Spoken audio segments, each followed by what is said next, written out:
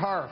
But let's begin with our chief national security correspondent, Jim Sciutto. He's in Manila right now in the Philippines. He has an exclusive report on that confrontation between the Chinese military and a U.S.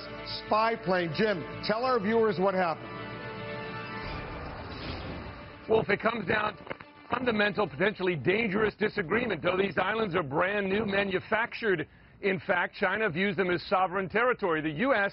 views them as international waters, international airspace, and it demonstrates that, as it did today, by flying over them, sailing nearby them. Chinese protests getting louder, U.S. moves getting bolder. The tension there escalated. Foreign military aircraft. This is Chinese Navy. You are approaching our military alert zone. Leave immediately. High above the South China Sea, the radio crackles with a stern warning. Go, go! The source of dispute appears on the horizon seemingly out of nowhere.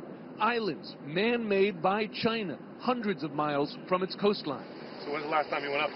CNN got exclusive access to classified U.S. surveillance flights over the islands. 80 knots. Check. The first time journalists have been allowed on an operational mission by the state-of-the-art P-8A Poseidon, America's most advanced surveillance and sub-hunting aircraft. So we've just arrived on station now above the three islands that are the targets of today's mission. It's these three islands that have been the focus of China's building in the South China Sea over recent years. China's alarming creation of entirely new territory in the South China Sea is one part of a broader military push that some fear is to challenge U.S. dominance in the region. Sailing its first aircraft carrier, equipping its nuclear missiles with multiple warheads, developing missiles to destroy U.S. aircraft carriers, and now building military bases far from its shores. For the U.S., the islands are a step too far, and this flight is part of a new and bold American military response that may soon include sailing U.S. warships close by as well. In just 2 years, China has expanded these islands by 2,000 acres, the equivalent of 1,500 football fields and counting, an engineering marvel in waters as deep as 300 feet. You're a military man. You look at this, is there any doubt that that is a future military installation?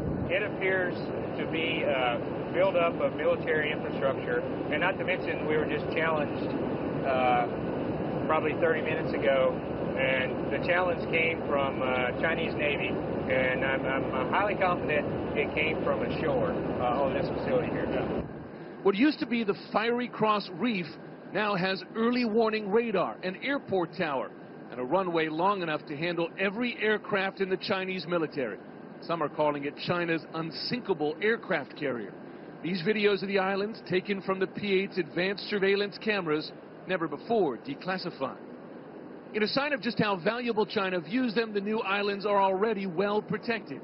There's obviously a lot of surface traffic down there. Chinese warships and Chinese Coast Guard ships. We heard the proof. The Chinese Navy ordering the P-8 out of the airspace not once, not twice, but 8 times on this mission. This is the Chinese Navy. This is the Chinese Navy. Please go away quickly. And like the surveillance videos, the audio of these warnings never before shared with the public. You heard over the intercom, Chinese Navy. This is the Chinese Navy. And what was interesting is that there were also civilian aircraft. There was a Delta flight on that same frequency that when it heard that challenge, it piped into the frequency to say, what's going on? The Chinese Navy then reassuring them, but as the flight crew tells me, that can be a very nerve-wracking experience for civilian aircraft in the area. And the more China builds, we're told, the more frequently and aggressively it warns away U.S. aircraft. This is a dredger actually pumping sand from under the water on top of an area they're trying to build up land. And we see this every day. So I think they work weekends when they're doing this because 24/7. It happens. We see it all the time. Looking at these islands, you see the landing strips, you see military barracks, you see roads being built, trucks driving on those roads, and squadrons of dredgers and cargo ships adding to them every day. I have to say, Wolf, as you see them, they look like very permanent installations. It's difficult to see how, even with increased U.S. military traffic in the area, how China backs down. Jim, why the increased concern about all of this right now? Because I know there is intense concern at the highest levels of the United States government.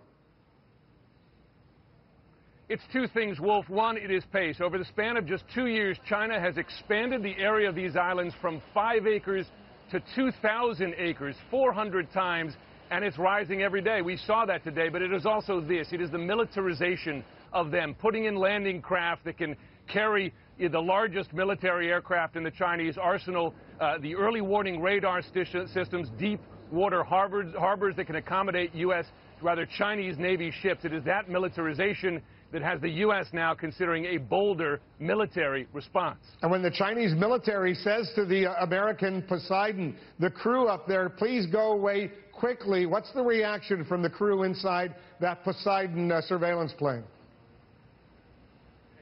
Well, they recite very calmly a script. They say that we see these as international waters, international airspace, and that the U.S. will continue peacefully. And I'll tell you, there was one instance there that when that American pilot delivered that message, I heard the frustration from the Chinese radio operator on the ground coming back simply saying, go, go, go away. You can hear the anger there. It's hard to see how this tension doesn't escalate going forward.